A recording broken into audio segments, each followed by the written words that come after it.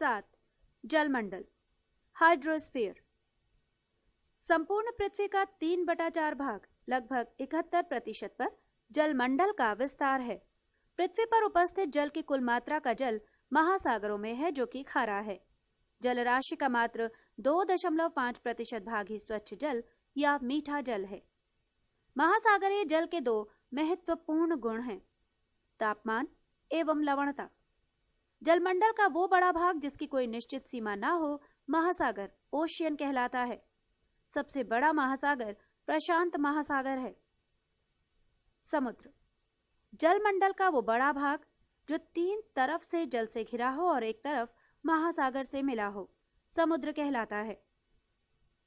खाड़ी, गल्फ, समुद्र का स्थलीय भाग में प्रवेश कर जाने पर जो जल का क्षेत्र बनता है उसे खाड़ी कहते हैं। बे, इसका 2 किनारा स्थल से घिरा होता है। एक तरफ टापुओं का समूह होता है और दूसरी तरफ मुहाना समुद्र से मिला होता है।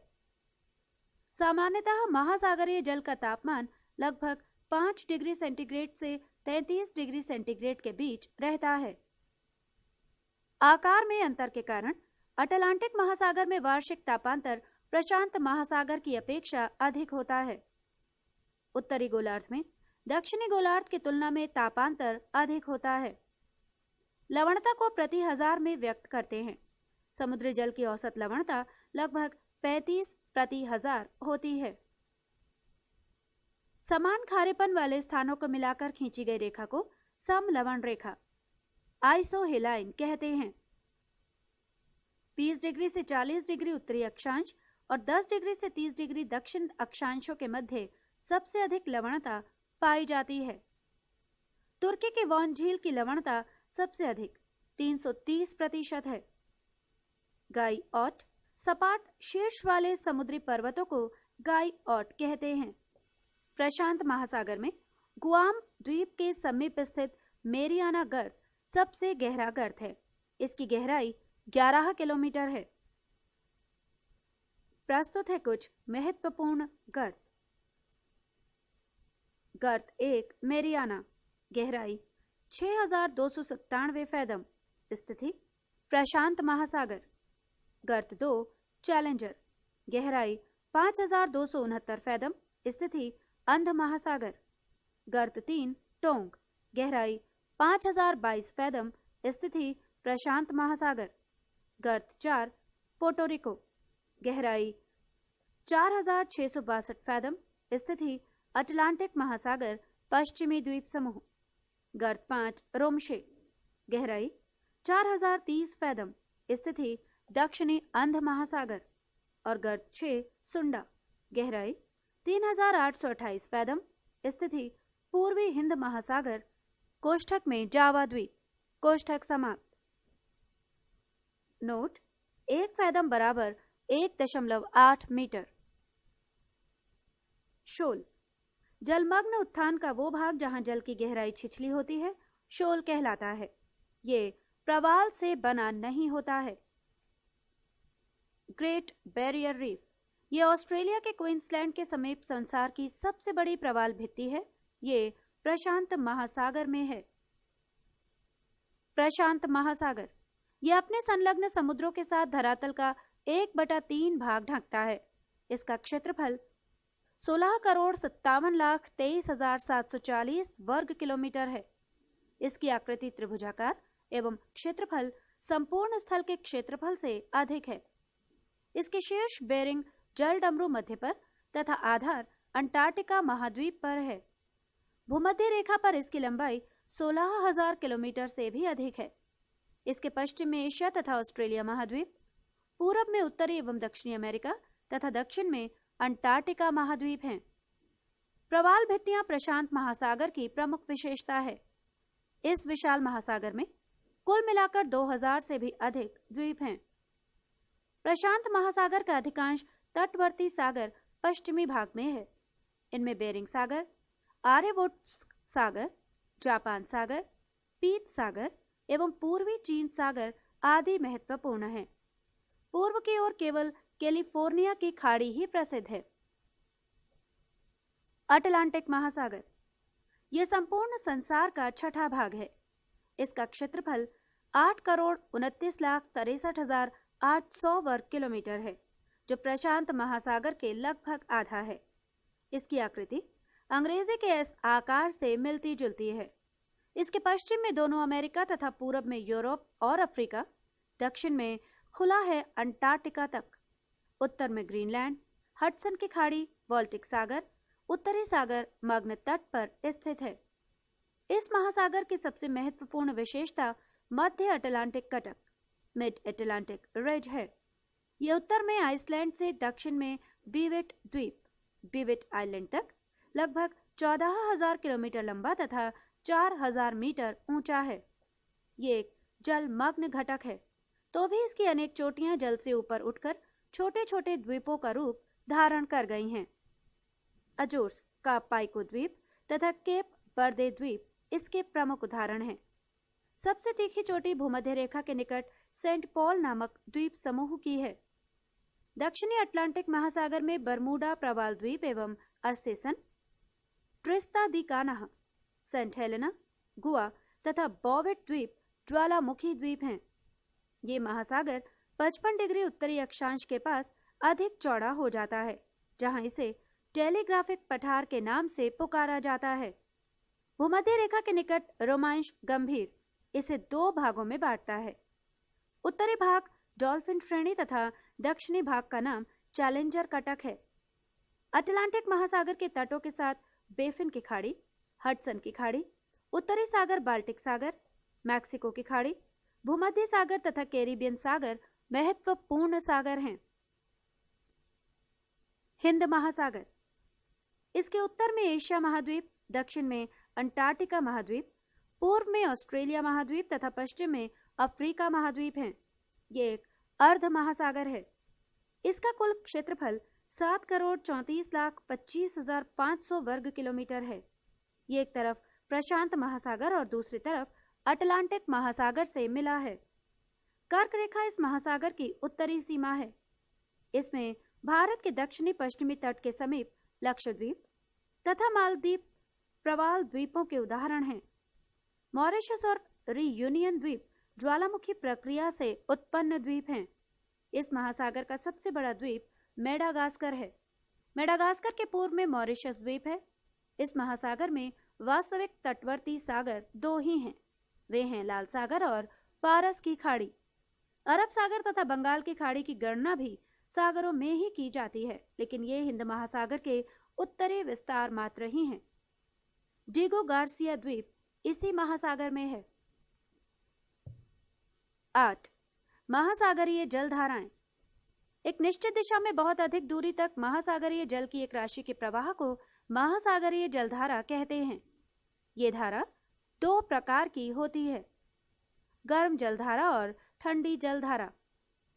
गर्म जलधारा निम्न अक्षांशों में उष्ण कटिबंधों से उच्च समशीतोष्ण और उपध्रुवीय कटिबंधों की ओर बहने वाली जलधाराओं को गर्म जलधारा कहते हैं। ये प्रायः भूमध्य रेखा से ध्रुवों की ओर चलती है। इनके जल का तापमान मार्ग में आने वाले जल के तापमान से अधिक होता है, अतः ये धाराएं जिन क्षेत्रों में चलती हैं वहां का तापमान बढ़ा देती हैं। ठंडी जलधारा उच्च अक्षांशों से निम्न अक्षांशों की ओर बहने वाली जलधारा को ठंडी जलधारा कहते हैं। ये प्रायः ध्रुवों से भूमध्य रेखा की ओर चलती है। इनके जल का तापमान रास्ते में आने वाले जल के तापमान से कम होता है, अतः ये धाराएं जिन क्षेत्रों में चलती हैं वहां तापमान घटा देती हैं। उत्तरी गोलार्ध की जलधाराएं अपनी दाईं ओर तथा दक्षिणी गोलार्ध की जलधाराएं अपनी बाईं ओर प्रवाहित होती हैं। ये कोरियोलिस बल के प्रभाव से होता है। महासागरीय जलधाराओं के संचरण की सामान्य व्यवस्था का एकमात्र प्रसिद्ध अपवाद हिंद महासागर के उत्तरी भाग में पाया जाता है। इस भाग में धाराओं के प्रवाह की दिशा मॉनसूनी पवन की दिशा के साथ बदल जाती है। गर्म जलधाराएं ठंडे सागरों की ओर और ठंडी जलधाराएं गर्म सागरों की ओर बहने लगती हैं। प्रशांत महासागर की गर्म जलधाराएं: 1. उत्तरी विषुवत रेखीय धारा। 2. क्यूरोसियो की धारा। 3. उत्तरी प्रशांत प्रवाह। 4. अलास्का की जलधारा। 5. सुशीमा की जलधारा। 6. दक्षिण विषुवतीय रेखीय जलधारा। 7. पूर्वी ऑस्ट्रेलिया की जलधारा और 8. विपरीत विषुवत रेखीय जलधारा। प्रशांत महासागर की ठंडी जलधाराएं। 1. क्यूराइल विषुवत रेखीय जलधारा। 2. कैलिफोर्निया की जलधारा। 3. हम्बोल्ट या पेरुवियन की जलधारा और 4. अंटार्कटिका की जलधारा। अटलांटिक महासागर की गर्म जलधाराएं। 1. उत्तरी विषुवत रेखीय जलधारा। 2. गल्फ स्ट्रीम जलधारा। 3. फ्लोरिडा जलधारा। 4. दक्षिण उत्तरीय विषुवत रेखीय जलधारा। 5. ब्राजील जलधारा। 6. विपरीत विषुवत रेखीय गिनी जलधारा और 7. एरमिंजर की जलधारा। अटलांटिक महासागर की ठंडी जलधाराएं। 1. लेब्राडोर की जलधारा। 2. पूर्वी ग्रीनलैंड की जलधारा। 3. वेनेजुएला की धारा। 4. अंटार्कटिका की धारा और 5. कनारी जलधारा। हिंद महासागर की गर्म एवं स्थायी जलधाराएं। 1. दक्षिण विषुवतीय रेखीय जलधारा। 2. मोजाम्बिक की जलधारा और 3. अगुल्हास की जलधारा। हिंद महासागर की ठंडी एवं स्थायी जलधाराएं। 1. पश्चिम ऑस्ट्रेलिया की जलधारा। नोट: हिंद महासागर की ग्रीष्मकालीन मॉनसून की जलधारा गर्म एवं परिवर्तनशील जलधारा है एवं शीतकालीन मॉनसून प्रवाह ठंडी एवं परिवर्तनशील जलधारा है। सार्गेसो सागर, सार्गेसो सी, उत्तरी अटलांटिक महासागर में 20 डिग्री से 40 डिग्री उत्तरी अक्षांशों तथा 35 डिग्री से 75 डिग्री पश्चिमी देशांतरों के मध्य चारों ओर प्रवाहित होने वाली जलधाराओं के मध्य स्थित शांत एवं स्थिर जल के क्षेत्र को सार्गेसो सागर के नाम से जाना जाता है। ये गल्फ स्ट्रीम, कनारी तथा उत्तरी विषुवतीय धाराओं के चक्र बीच स्थित शांत जल क्षेत्र है। इसके तट पर मोटी समुद्री घास तैरती है। इस घास को पुर्तगाली भाषा में सार्गैसम कहते हैं। इसके नाम पर ही इसका नाम सार्गेसो सागर रखा गया है। सार्गैसम जड़ विहीन घास है। सार्गेसो सागर क्षेत्रफल लगभग 11,000 वर्ग किलोमीटर है। सार्गेसो सागर को सर्वप्रथम स्पेन के नाविकों ने देखा था। सार्गेसो सागर को महासागरीय मरुस्थल के रूप में पहचाना जाता है। न्यूफाउंडलैंड के समीप ही गल्फ स्ट्रीम एवं लेब्राडोर जलधारा मिलती है। न्यूफाउंडलैंड पर ही समुद्री मछली पकड़ने का प्रसिद्ध स्थान ग्रैंड बैंक स्थित है। गर्म एवं ठंडी जलधारा जहां मिलती है वहां प्लैंकटन नामक घास मिलती है, जिससे उस स्थान पर मत्स्य उद्योग अत्यधिक विकसित हुआ है। जापान के निकट क्यूरोशिवो की गर्म धारा तथा ओएशिवो की ठंडी धारा के जल के मिलने से वहां पर घना कुहासा छाया रहता है। ज्वार भाटा, टाइड्स। ज्वार भाटा, टाइड्स चंद्रमा एवं सूर्य की आकर्षण शक्तियों के कारण सागरीय जल के ऊपर उठने तथा गिरने को ज्वार भाटा कहते हैं। सागरीय जल के ऊपर उठकर आगे बढ़ने को ज्वार यानी टाइड तथा सागरीय जल को नीचे गिरकर पीछे लौटने को यानी सागर की ओर भाटा एप कहते हैं। चंद्रमा का ज्वार उत्पादक बल सूर्य की अपेक्षा 2 गुना होता है, क्योंकि ये सूर्य की तुलना में पृथ्वी के अधिक निकट है। अमावस्या और पूर्णिमा के दिन चंद्रमा, सूर्य एवं पृथ्वी एक सीध में होते हैं, अतः इस दिन उच्च ज्वार उत्पन्न होता है। दोनों पक्षों की सप्तमी या अष्टमी को सूर्य और चंद्रमा पृथ्वी के केंद्र पर समकोण बनाते हैं। इस स्थिति में सूर्य और चंद्रमा के आकर्षण बल एक दूसरे को संतुलित करने के प्रयास में प्रभावहीन हो जाते हैं, अतः इस दिन निम्न ज्वार उत्पन्न होता है।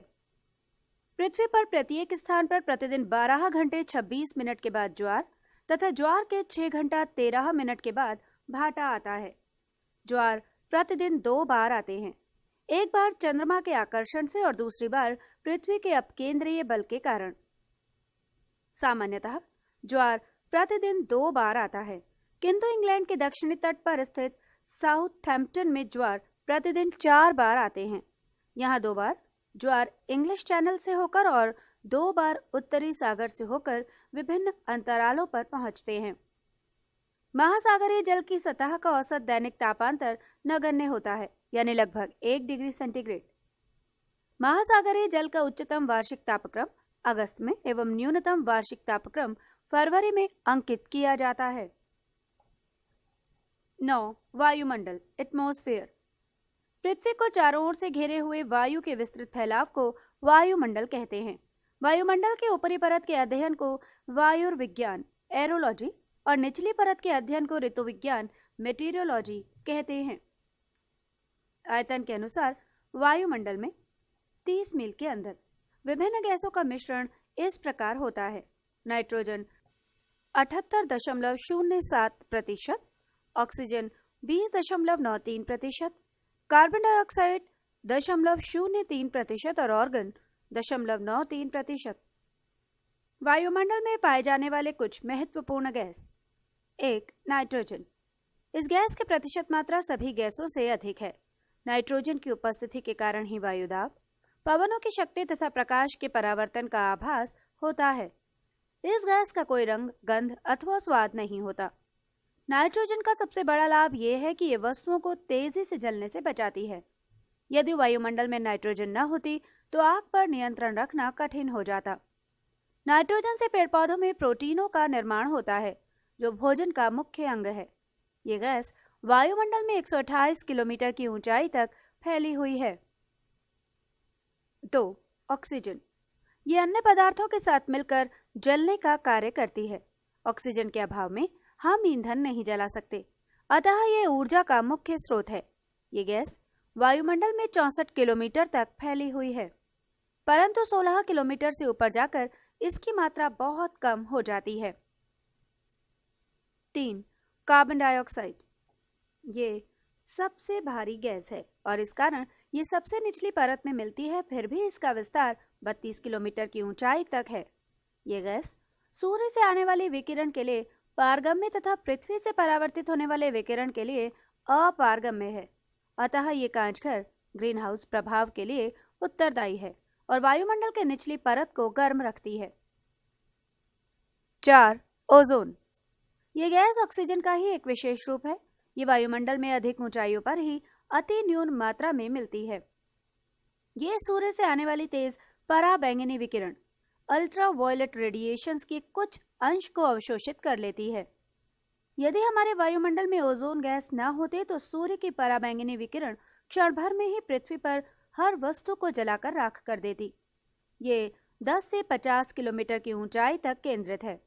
वायुमंडल में ओजोन गैस की मात्रा में कमी होने से सूर्य की पराबैंगनी विकिरण अधिक मात्रा में पृथ्वी पर पहुंचकर कैंसर जैसी भयानक बीमारियां फैला सकती हैं।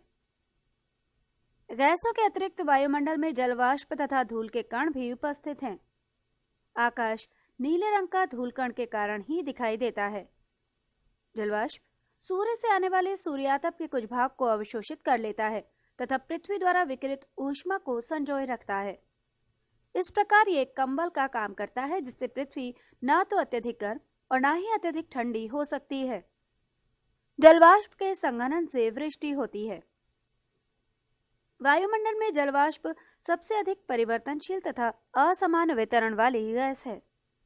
पृथ्वी के ताप को बनाए रखने के लिए उत्तरदायी है कार्बन डाइऑक्साइड एवं जलवाष्प।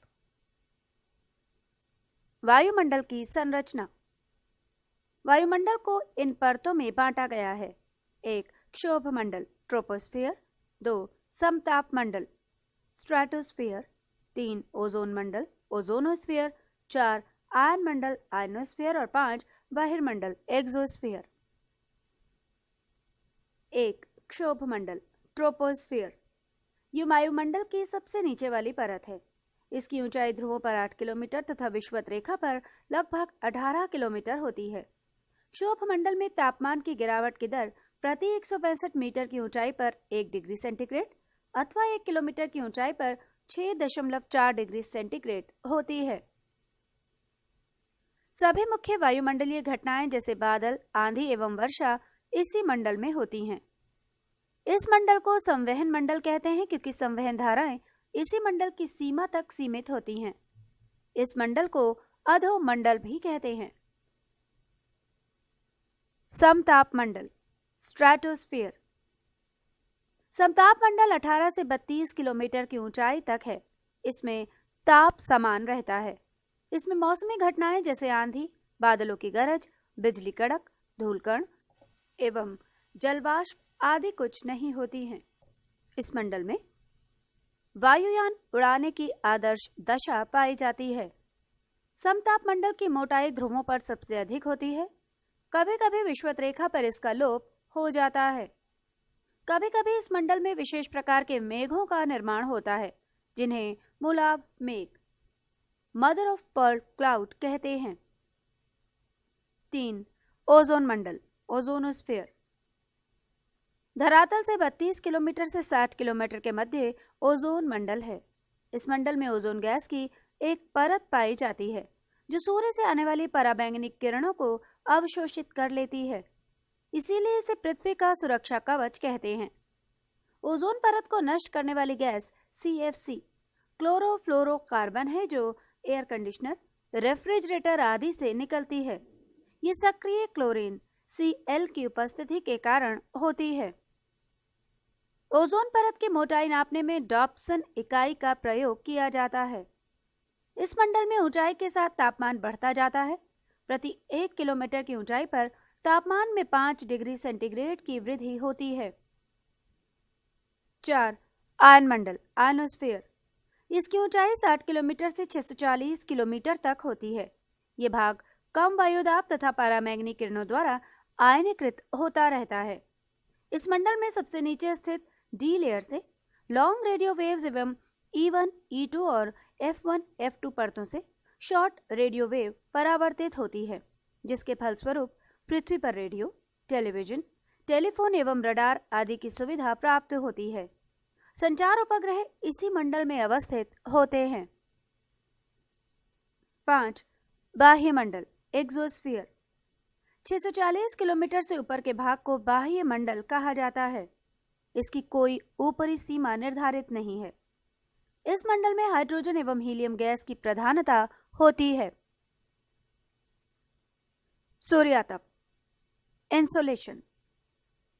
सूर्य से पृथ्वी तक पहुंचने वाले सौर विकिरण ऊर्जा को सूर्यातप कहते हैं। ये ऊर्जा लघु तरंगों के रूप में सूर्य से पृथ्वी पर पहुंचती है। वायुमंडल की बाहरी सीमा पर सूर्य से प्रति मिनट प्रति वर्ग सेंटीमीटर पर 1.94 कैलोरी ऊष्मा प्राप्त होती है। किसी भी सतह को प्राप्त होने वाली सूर्यातप की मात्रा एवं उसी सतह से परावर्तित की जाने वाली सूर्यातप की मात्रा के बीच का अनुपात एल्बिडो कहलाता है। वायुमंडल गर्म तथा ठंडा इन विधियों द्वारा होता है। 1. विकिरण, रेडिएशन। किसी पदार्थ को ऊष्मा तरंगों के संचार द्वारा सीधे गर्म होने को विकिरण कहते हैं। उदाहरणतया सूर्य से प्राप्त होने वाले किरणों से पृथ्वी तथा उसका वायुमंडल गर्म होते हैं। यही एकमात्र ऐसी प्रक्रिया है जिससे ऊष्मा बिना किसी माध्यम के शून्य से होकर भी यात्रा कर सकती है। सूर्य से आने वाली किरणें लघु तरंगों वाली होती हैं, जो वायुमंडल को बिना अधिक गर्म किए ही उसे पार करके पृथ्वी तक पहुंच जाती हैं। पृथ्वी पर पहुंची हुई किरणों का बहुत सा भाग पुनः वायुमंडल में चला जाता है। इसे भौमिक विकिरण, टेरेस्ट्रियल रेडिएशन कहते हैं। भौमिक विकिरण अधिक लंबी तरंगों वाली किरण होती है, जिसे वायुमंडल सुगमता से अवशोषित कर लेता है। अतः वायुमंडल सूर्य से आने वाले सौर विकिरण की अपेक्षा भौमिक विकिरण से अधिक गर्म होता है। 2. संचालन, कंडक्शन। जब असमान ताप वाली दो वस्तुएं एक दूसरे के संपर्क में आती हैं, तो अधिक तापमान वाली वस्तु से कम तापमान वाली वस्तु की ओर ऊष्मा प्रवाहित होती है।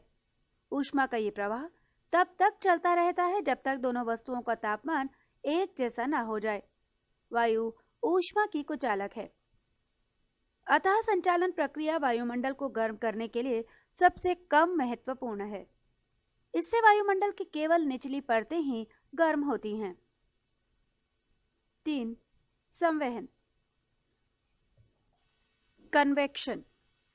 किसी गैसीय अथवा तरल पदार्थ के एक भाग से दूसरे भाग की ओर उसके अणुओं द्वारा ऊष्मा के संचार को संवहन कहते हैं। यह संचार गैसीय तथा तरल पदार्थों में इसलिए होता है क्योंकि उनके अणुओं के बीच का संबंध कमजोर होता है। ये प्रक्रिया ठोस पदार्थों में नहीं होती है। जब वायुमंडल की निचली परत भौमिक विकिरण अथवा संचालन से गर्म हो जाती है, तो उसकी वायु फैलती है, जिससे उसका घनत्व कम हो जाता है। घनत्व कम होने से वो हल्की हो जाती है और ऊपर को उठती है। इस प्रकार वो वायु निचली परतों की ऊष्मा को ऊपर ले जाती है। ऊपर की ठंडी वायु उसका स्थान लेने के लिए नीचे आती है और कुछ देर बाद वो भी गर्म हो जाती है। इस प्रकार संवहन प्रक्रिया द्वारा वायुमंडल क्रमशः नीचे से ऊपर गर्म होता रहता है। वायुमंडल गर्म होने में ये मुख्य भूमिका निभाता है। 4. अभिवहन, एडवेक्शन। इस प्रक्रिया में ऊष्मा का क्षैतिज दिशा में स्थानांतरण होता है। गर्म वायु राशियां जब ठंडे इलाकों में जाती हैं तो उन्हें गर्म कर देती हैं। इससे ऊष्मा का संचार निम्न अक्षांशीय क्षेत्रों से उच्च अक्षांशीय क्षेत्रों तक भी होता है। वायु द्वारा संचालित समुद्री धाराएं भी उष्ण कटिबंधों से ध्रुवीय क्षेत्रों में ऊष्मा का संचार करती हैं। समताप रेखा वो कल्पित रेखा है जो समान तापमान वाले स्थानों को मिलाती है। समताप रेखाओं तथा तापमान के वितरण के ये लक्षण हैं। 1. समताप रेखाएं पूर्व पश्चिम दिशा में अक्षांशों के लगभग समानांतर खींची जाती हैं। इसका कारण यह है कि एक ही अक्षांश पर स्थित सभी स्थानों पर एक ही मात्रा में सूर्यातप प्राप्त होता है और तापमान भी लगभग एक जैसा ही होता है। 2. जल और स्थान पर तापमान भिन्न होते हैं, अतः तटों पर समताप रेखाएं अकस्मात मुड़ जाती हैं। 3. दक्षिणी गोलार्ध में जलभाग अधिक है और वहां पर तापमान संबंधी विषमताएं कम पाई जाती हैं। इसके विपरीत उत्तरी गोलार्ध में जलभाग कम है और वहां पर तापमान संबंधी विषमताएं अधिक पाई जाती हैं। इस कारण दक्षिणी गोलार्ध में समताप रेखाओं में मोड़ कम आते हैं और उनकी पूर्व पश्चिम दिशा अधिक स्पष्ट है। 4. समताप रेखाओं के बीच की दूरी से ताप प्रवणता, तापमान के बदलने की दर का अनुमान लगाया जा सकता है। यदि समताप रेखाएं एक दूसरे के निकट होती हैं तो ताप प्रवणता अधिक होती है। इसके विपरीत यदि समताप रेखाएं एक दूसरे से दूर होती हैं तो ताप प्रवणता कम होती है। 5. उष्ण कटिबंधीय प्रदेशों में तापमान अधिक होता है, अतः अधिक मूल्य वाली समताप रेखाएं उष्ण कटिबंध में होती हैं। ध्रुवीय प्रदेशों में तापमान बहुत ही कम होता है, अतः वहां पर कम मूल्य की समताप रेखाएं होती हैं। संसार के अधिकांश क्षेत्रों के लिए जनवरी एवं जुलाई के महीनों में न्यूनतम अथवा अधिकतम तापमान पाया जाता है। यही कारण है कि तापमान विश्लेषण के लिए बहुधा इन्हीं 2 महीनों को चुना जाता है। तापांतर, रेंज ऑफ टेम्परेचर। अधिकतम तथा न्यूनतम तापमान के अंतर को तापांतर कहते हैं। ये 2 प्रकार का होता है। 1. दैनिक तापांतर। किसी स्थान पर किसी एक दिन के अधिकतम तथा न्यूनतम तापमान के अंतर को वहां का दैनिक तापांतर कहते हैं। ताप में आए इस अंतर को ताप परिसर कहते हैं। 2. वार्षिक तापांतर। जिस प्रकार दिन तथा रात के तापमान में अंतर होता है उसी प्रकार ग्रीष्म तथा शीत ऋतु के तापमान में भी अंतर होता है। अतः किसी स्थान के सबसे गर्म तथा सबसे ठंडे महीने के मध्यमान तापमान के अंतर को वार्षिक तापांतर कहते हैं। विश्व में सबसे अधिक वार्षिक तापांतर 65.5 डिग्री सेंटीग्रेड साइबेरिया में स्थित बर्खोयांस्क नामक स्थान का है।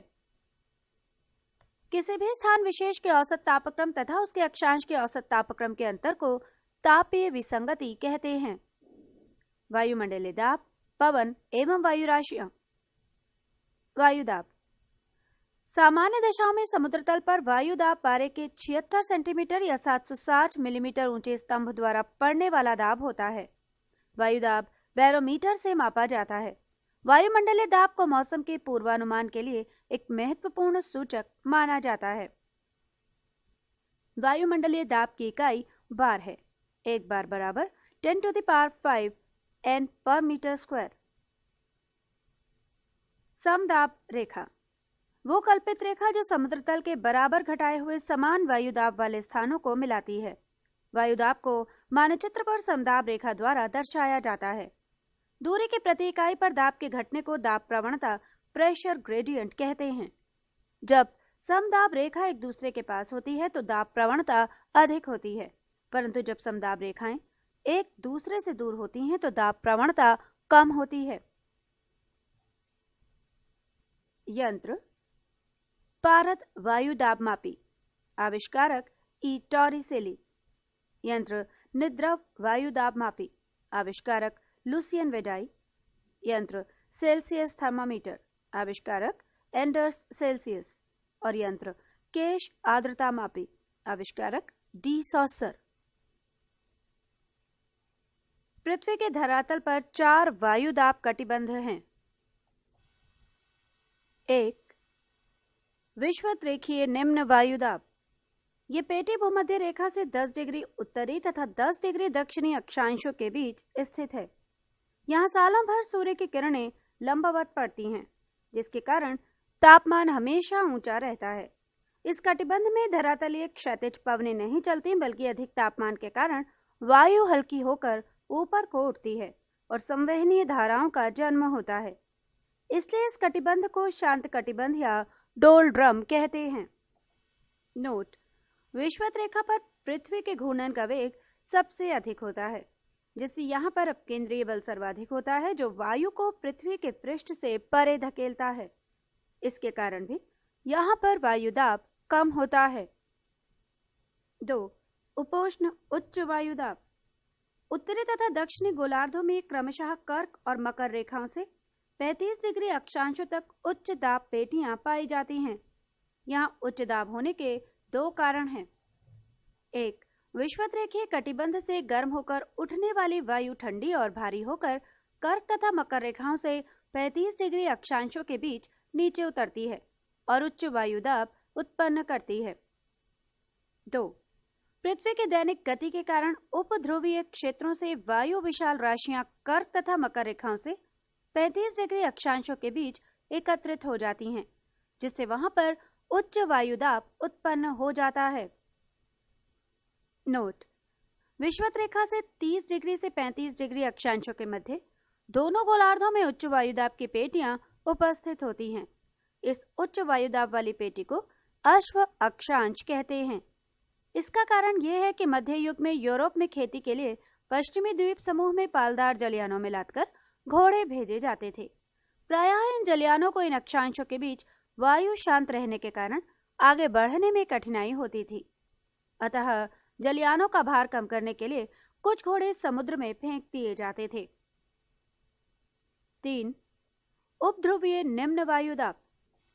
45 डिग्री उत्तरी तथा दक्षिणी अक्षांशों से क्रमशः आर्कटिक तथा अंटार्कटिक वृत्तों के बीच निम्न वायुभार की पेटियां पाई जाती हैं, जिसे उपध्रुवीय निम्न दाब पेटियां कहते हैं।